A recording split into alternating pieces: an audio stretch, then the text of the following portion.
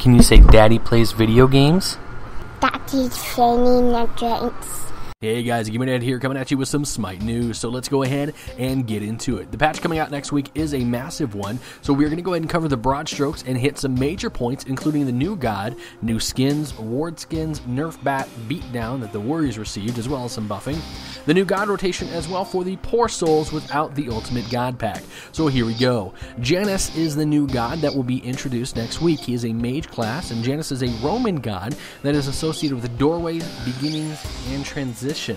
Now, first up on Janus's passive, whenever he creates a portal, he gains 25% magical power scaling on the next ability use. Next, his first ability is called Portal. He creates a portal in the world where he can place it on the wall where one can pass through. It does close after one use. If the portal is placed on a group, the enemies will receive damage upon landing.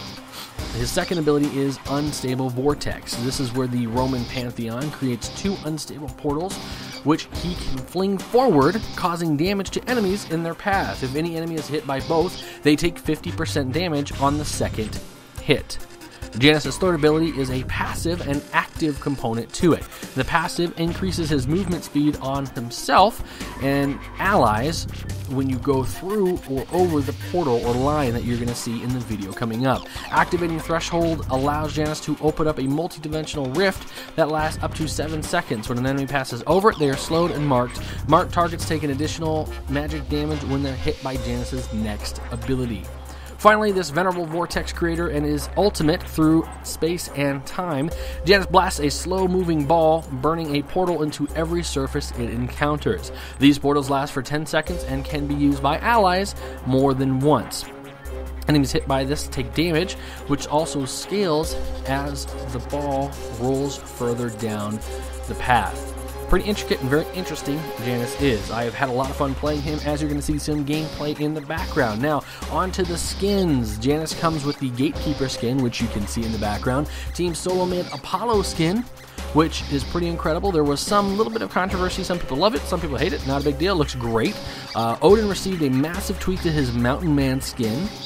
And Golden Agni loading skin, or a loading card for his Golden skin. Now, great job, high-res to those artists. Now, in an adorable addition to the game, you can now purchase skins for rewards. These, of course, are purchasable with gems, so have fun. As you can see, I went and looked at a few of them here on the test server, and they're adorable. Now, Siege Mode also received a little bit of love with new intro music, announcer voice work, and various art improvements for the map. Now, notable item changes: Draining Blade no longer has penetration on it. Malice has been reduced in cost, as well as receiving a 15% damage increase.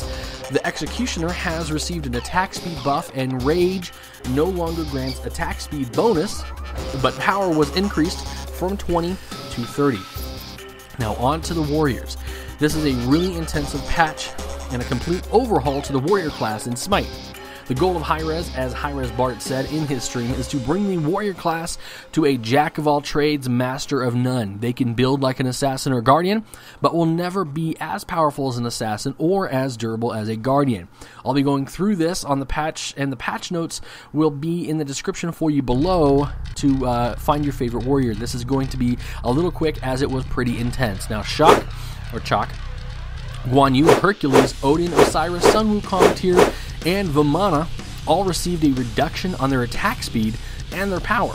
Some notable changes to specific warriors: Guan Yu's Assault no longer provides a protection buff for each hit. Hercules' Divine Strike has a tremendous casting time reduction, and Excavate is now CC immune. Nemesis has actually been reclassed from a warrior to an assassin and received a health and physical protection reduction, but an attack speed increase. Odin was smacked pretty hard with the nerf bat and no longer provides his passive protection with Gungnir's Might. Odin's Shout no longer provides passive power, and his Ring of Spears no longer protects his teammates, only Odin. So we'll see how viable he is now.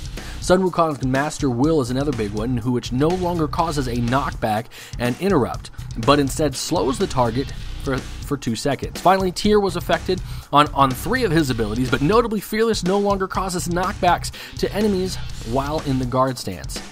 There were other warriors affected by this change, but please feel free to read on if I missed anything. Other gods receiving balance was Agni, and his golden skin no longer has CC immunity during his dash. But the Noxious Fumes has had a casting time reduction, hopefully allowing more synergy between Noxious Fumes and his ultimate stun combo. Ruler received a tremendous damage reduction to bladed arrows and thrown axe, and the one that pissed off most people was the nerf to Zeus on Detonate Charge, which no longer is stunning an enemy, but is now slowing them for 35% for 1.5 seconds. How has this change impacted you the most? Are you excited about the new god? Have you enjoyed the gameplay in the background? Let me know in the comment section down below. This has been Smite News. Have a wonderful night.